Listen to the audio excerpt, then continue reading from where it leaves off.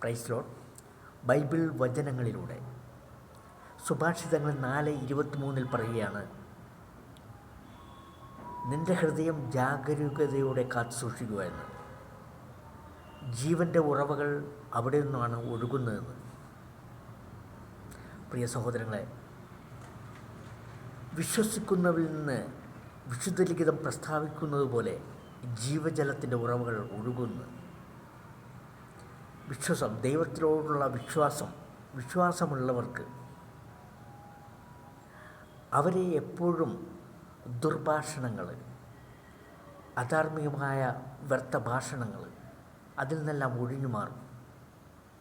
കുടിലഭാഷണങ്ങൾ, ഏഷണികൾ, പരദൂഷണങ്ങൾ ഇതിൽ നിന്ന് നമ്മൾ വിട്ടകലണം. കാരണം നമ്മൾ ഈ ലോകത്തിൽ ജീവിക്കുമ്പോൾ നമ്മൾ ഇതിൻ്റെ ഇടയിലേക്ക് സഞ്ചരിക്കുന്നവരാണ്. എല്ലാ മനുഷ്യരുടെ ഇടയിലും സഞ്ചരിക്കുന്നവരാണ്. ഇതെല്ലാം നമ്മൾ കേൾക്കും, കാണും. അപ്പോൾ നമ്മൾ നമ്മുടെ വാ പൂട്ടുക, നമ്മുടെ ഹൃദയത്തിൽ അത് കേൾക്കാതിരിക്കാൻ വേണ്ടിയിട്ട്, കയറാതിരിക്കാൻ വേണ്ടി കേൾക്കാതിരിക്കാൻ ശ്രമിക്കുക, ചെവി അടയ്ക്കുക.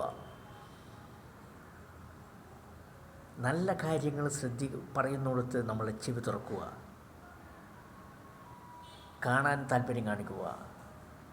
എങ്കിൽ നമ്മൾ വിജയിച്ചു. ഈ ലോകത്തിൽ ഏറ്റവും കൂടുതൽ തിന്മയാൽ നിറഞ്ഞ സാത്താൻ്റെ അപ്പം ഭക്ഷിച്ച് പരിഹാസത്തിൻ്റെ വീഞ്ഞു കുടിച്ച് ഉന്മത്തരായിരിക്കുന്നവരായിരിക്കും കൂടുതൽ. അവർ മാടി വിളിക്കും. അപ്പോൾ നമ്മളുടെ ഹൃദയത്തിലെ തെറ്റുകൾ ഇല്ലാതിരിക്കുവാൻ വേണ്ടിയിട്ട് അതിൽ നിന്നെല്ലാം നമ്മൾ ഒഴിഞ്ഞു മാറണം. നമ്മൾ ദൈവചിന്തയോടെ നമ്മൾ നേരെ മാത്രം സഞ്ചരിക്കുക, ഇടത്തോട്ടോ വലത്തോട്ടോ തിരിയാതിരിക്കുക. നമ്മൾ തെറ്റിലേക്ക് പോയില്ല. ദൈവം നമ്മളെ കാത്ത് സംരക്ഷിക്കും. നമ്മൾ എല്ലാ വിശുദ്ധന്മാരും വിശുദ്ധകളും എല്ലാവരും അങ്ങനെ ആയിരുന്നു. അവർ ഇതിൻ്റെ ഇടയിലേക്ക് സഞ്ചരിച്ച്, അവർ മുള്ളുകൾക്കിടയിലൂടെ സഞ്ചരിച്ച് ശരീരം വേദന കൊണ്ട് പൊളഞ്ഞവരാണവർ. നമ്മളും ചിലപ്പോൾ അങ്ങനെയൊക്കെ വേദനിക്കേണ്ടി വരും. ദൈവത്തെ പ്രതി, നന്മയെ പ്രതി നമ്മൾ വേദന അനുഭവിക്കുന്നതാണെങ്കിൽ, നന്മ ചെയ്തിട്ട് കഷ്ടത അനുഭവിക്കുന്നതാണ് നല്ലത്. തിന്മ ചെയ്തിട്ട് കഷ്ടത അനുഭവിക്കുന്നതിനേക്കാൾ നല്ലത് നന്മ ചെയ്തിട്ട് കഷ്ടത അനുഭവിക്കുന്നതാണ് നമ്മളേറ്റവും സ്വീകാര്യമായത് എടുക്കേണ്ടത്. തിന്മ ചെയ്തിട്ട് കഷ്ടത അനുഭവിക്കുന്നതിൽ എന്താണ്? അതിൽ നമ്മളത് തിന്മ ചെയ്യാണ് ചെയ്തിരിക്കുന്നത്. അതിന് ശിക്ഷ നമ്മൾ അർഹതപ്പെട്ടതാണ്. നമ്മൾ അന്യായമായിട്ട് പീഡിപ്പിക്കപ്പെടുമ്പോൾ നമ്മൾ ദൈവത്തെ മുകളിലോട്ട് നോക്കുക, ദൈവത്തെ നോക്കുക, നമുക്ക് ആശ്വാസമുണ്ടാകും.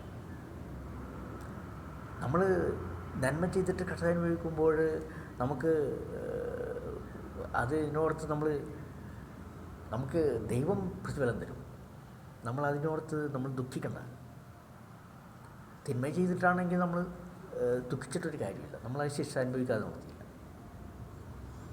അപ്പോൾ നമ്മളുടെ ഭണ്ഡാരം, നമ്മുടെ ഹൃദയമാകുന്ന ഒരു ഹൃദയത്തിലെ, ആ ഹൃദയത്തിലെ എപ്പോഴും നന്മയുടെ ഫലങ്ങൾ, ആത്മാവിൻ്റെ ഫലങ്ങൾ അത് നമ്മൾ നിറയ്ക്കുക.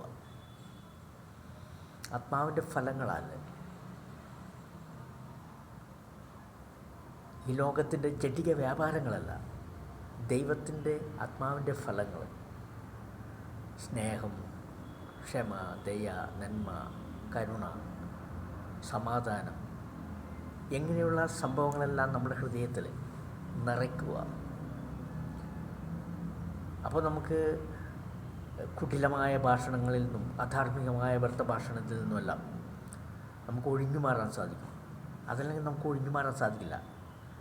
ആരെങ്കിലും ഒരു തെറ്റ് ഇപ്പം നമ്മളെ ആക്രോശിക്കുകയാണെങ്കിൽ നമ്മൾ തിരിച്ചു പറയും.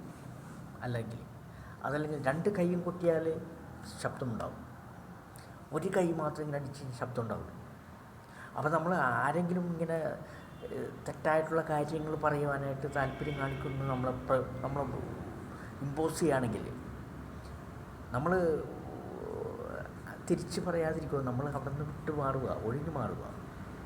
അതാണ് അതിൻ്റെ മരുന്ന്. എന്നെ കേൾക്കുന്ന എല്ലാവർക്കും നന്ദി. Thank you.